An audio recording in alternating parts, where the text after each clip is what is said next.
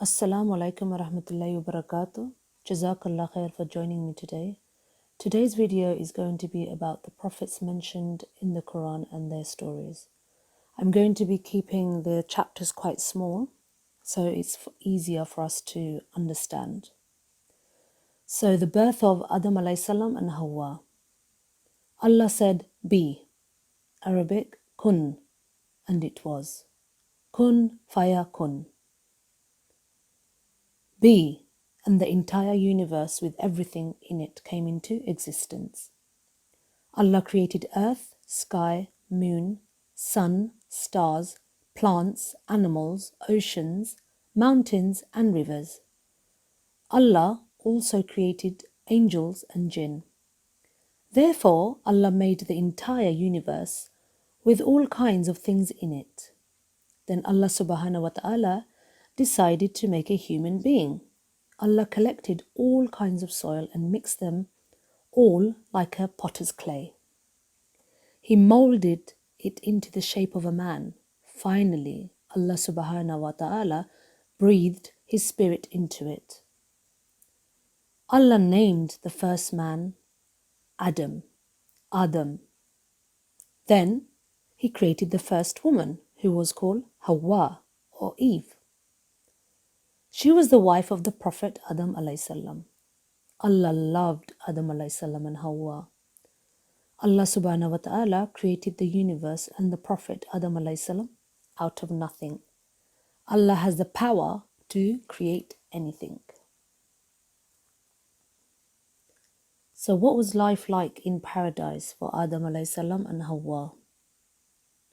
Allah asked Adam alayhi salam and his wife Hawwa to live in paradise.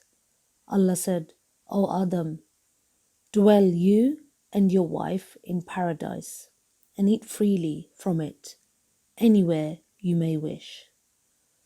Both Adam alayhi salam and Hawwa lived happily there, eating from many trees that were provided by Allah for them. Living in paradise was pure bliss. Adam and Hawwa were dear to Allah. Allah loved them a lot. He provided them with all that Adam alayhi salam and Hawwa wanted to possess and eat.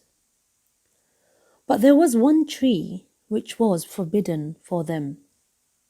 Allah subhanahu wa ta'ala told them not to eat from that tree. Allah knew best that it was harmful for them, so He asked them not to approach that tree. The paradise was a beautiful place for Adam and Hawwa to live in. They lived in the paradise, thanking Allah for His favor to them. The arrogance of iblis.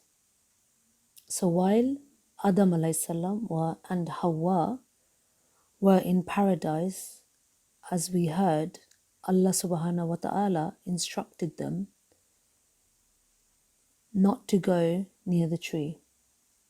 So after creating Adam alayhi salam, Allah subhanahu wa ta'ala taught Adam names of all things. Allah had not taught the angel these names, so they didn't know any, but Adam alayhi salam knew all, as he was given the knowledge by Allah subhanahu wa ta'ala. Then Allah said to the angels, bow to Adam. All the angels bowed in respect to Adam except Iblis, a jinn. Allah asked Iblis, what prevented you from prostrating when I commanded you to? So Allah asked Iblis, when I asked you, what made you not bow down to Adam? Why did you do that? So Iblis replied, I am better than Adam. You made me of fire, but you made Adam of ordinary clay. Allah subhanahu wa ta'ala said, get away from here. I curse you to the day of judgment. So from that we know Allah was very angry and He said, just get out of my sight, because this is where pride and arrogance of Iblis came about, when he thought he was better than everybody, he straight away said, you made him just from clay, but you made me from fire, so he thinks that he's the best. Give me respite till the day of judgment, begged Iblis. He said he would tempt people to sin and lead them away from the right path. Allah said, surely you shall have no power over my true servants except those misguided ones who will choose to follow you. So what we understand from that, Allah gave his time.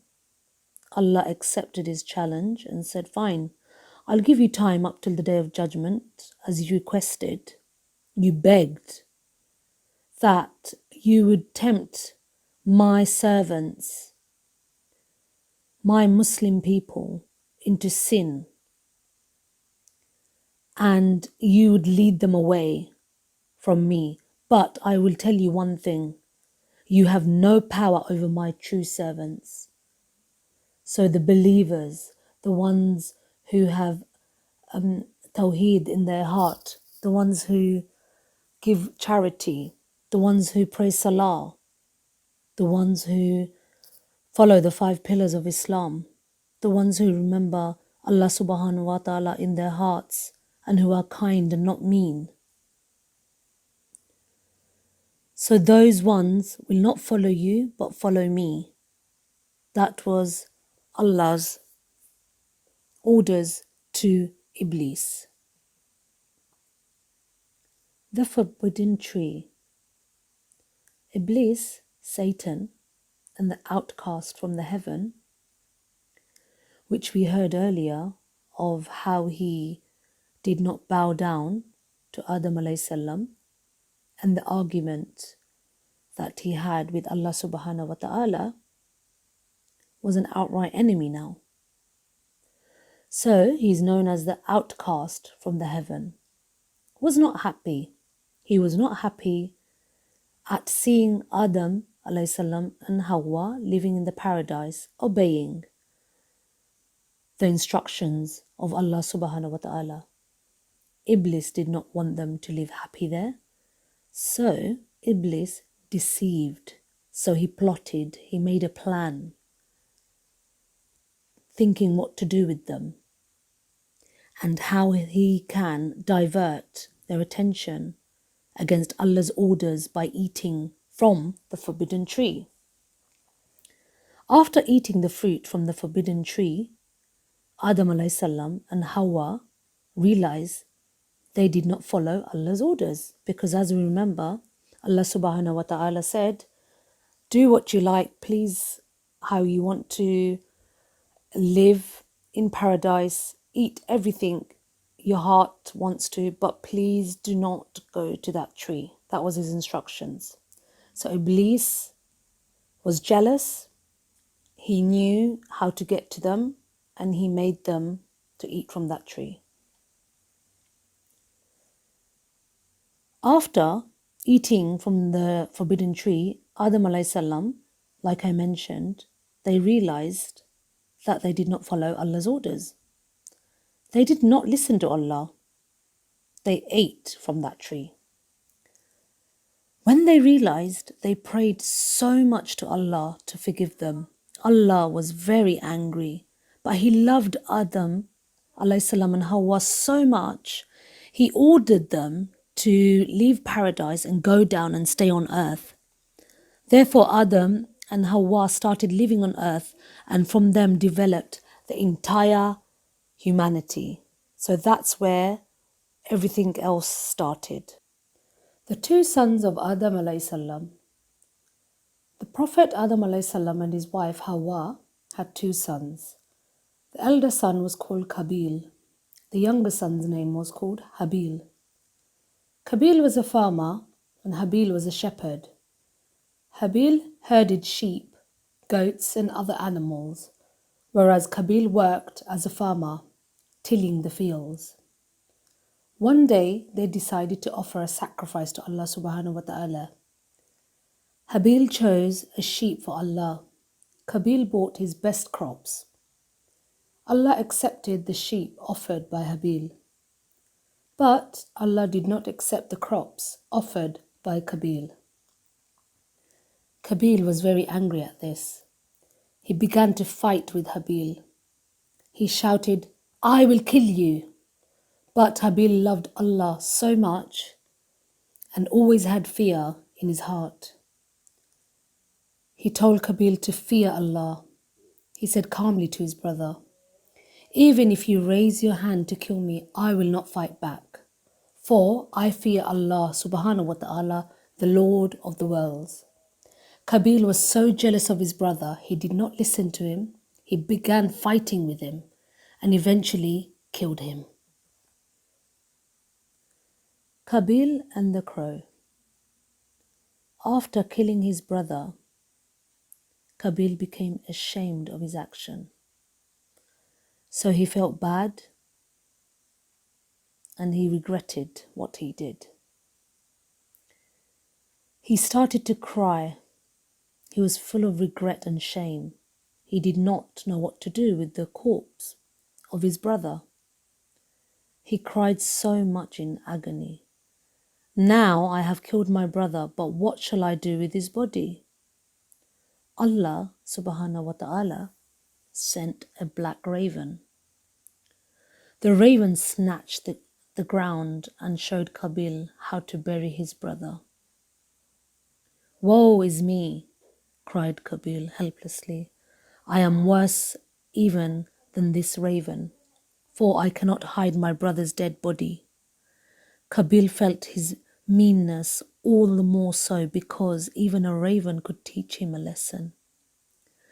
When one does things in rage, in anger, it always results in humiliation, shame and disgrace. One should not fly into rage and must fear Allah. So what that means is when we are angry, we say the wrong things, we swear. We are not in control of our action anymore because we don't know what we're doing. We're not in control. So we go into this frantic, crazy mode. And then after, when we calm down, already the damage has happened. And then we sit in humiliation and disgrace and guilt. So if we fear Allah in the first place, we would not get into the angry mode. We should always be calm. And when Allah subhanahu wa ta'ala sent the raven, we always remember that Allah is watching us, He's always with us, and He can always hear us. So this is the final bit on Adam alayhi salam and his story in the Quran. Okay. The peace-loving brother. Qabil had certainly done a wrong. He had committed a great sin. He killed a person, and that too was his own brother, without any reason. He had no fear of Allah subhanahu wa ta'ala. Allah was certainly not happy with Qabil. Allah is happy with those who fear Him. Allah does not like it when we fight and harm others. The story of Qabil and his brother Habil teaches us that two believers should never fight each other. Even if one of them is bent and crazy and determined on fighting, the other one, like the gentle and obedient Habil, should never fight back. So what this is saying, the two believers of Allah, the servants who believe in Allah and fear Allah and has His guidance, will never fight anyway. But if one does, then the other one should stay back, be calm and not fight back, because Allah is watching.